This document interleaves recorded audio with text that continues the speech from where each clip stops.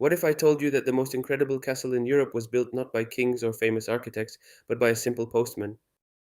Prepare to hear a story that will shatter every preconceived idea about human possibility and limitations.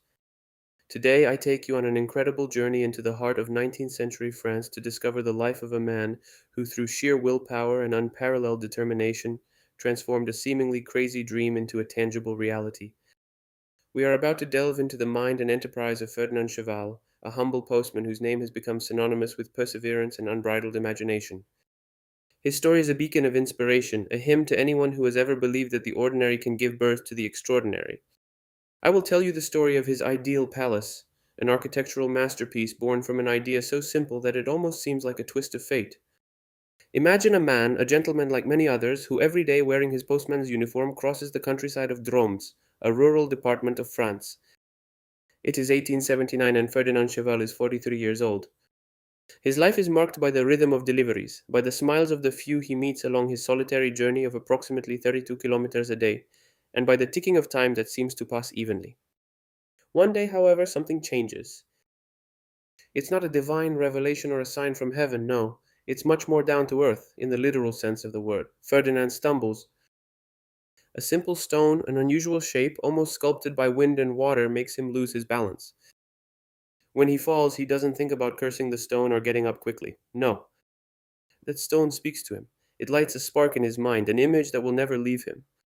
It's not just a stone, it's the first piece of something grandiose, the starting point for a monument that doesn't yet exist, but which he, at that precise moment, decides to build. It seems crazy, doesn't it? A postman with no architectural training, no money, and no experience as a bricklayer decides to build a building. But Cheval's vision was so clear, so powerful, that the derision, the skepticism, the toil that awaited him would have had no hold on him.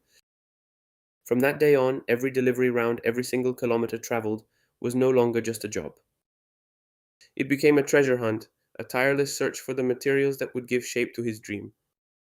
For the next 33 years, yes, you read that right, 33 years of his life, after delivering his last letter, Ferdinand did not return home to rest.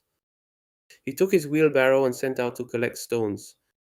Every single stone he found was not just a weight to carry, but a piece of his future palace, a tile of a gigantic mosaic that was being composed in his mind. Streams, fields, mountain paths, every corner of his daily journey became a gold mine. He collected stones of all shapes and sizes, some smooth and rounded by the water, others rough and pointed, fossil shells that spoke of a distant time, and even bones. Yes, bones, which for him were silent testimonies of life. His enthusiasm was uncontainable, a flame that burned ever stronger, fueled by each discovery. He transported these treasures with his trusty wheelbarrow, sometimes walking for miles in the sun or rain, just to bring home a load of materials that to others would have been just waste.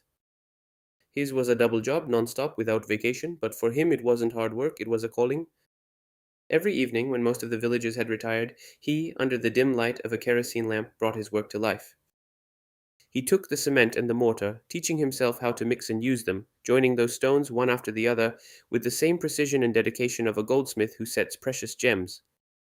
There were no plans, no complex technical drawings. Everything was in his mind, a fluid, ever-evolving vision that took shape before his eyes, stone by stone. And the design? Oh, Cheval's design was something absolutely unique.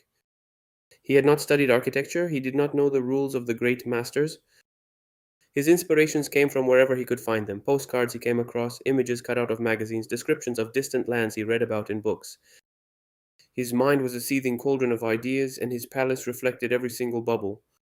There were elements that seemed to have come from Indian temples, towers that recalled medieval fortifications, mystical caves that evoked biblical tales, and even details that seemed to come from ancient Rome. It was an eclectic mix, a giant collage of styles and cultures, an explosion of imagination that defied category.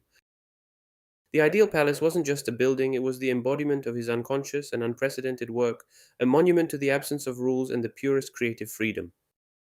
Naturally, such a feat didn't go unnoticed. Word spread quickly through the small village. A man building a palace out of stones collected from the street? It seemed like a fairy tale, or perhaps the beginning of a mental illness. The villagers began to laugh at him, calling him crazy and making fun of him as he pushed his wheelbarrow full of rocks. Some avoided him, some regarded him with suspicion, some with a sarcastic smile called him the village idiot. For many, it was a senseless obsession, a waste of time. But Ferdinand Cheval didn't care about the criticism. The cruel words rolled off him like water off a rock. His determination was stronger than any judgment, more solid than any skepticism. Every insult, every laugh only fueled his spirits, making him even more convinced of his mission. He saw the palace not as a folly, but as his life, his greatest joy, his legacy to the world. He was not a postman who had lost his mind, but a visionary artist who had found his means of expression. He wasn't crazy, he was simply incredibly free. Finally, after decades of sweat, toil, and countless hours of solitary work, the miracle happened. In 1912, exactly 33 years after he stumbled upon that stone, Ferdinand Cheval completed his masterpiece.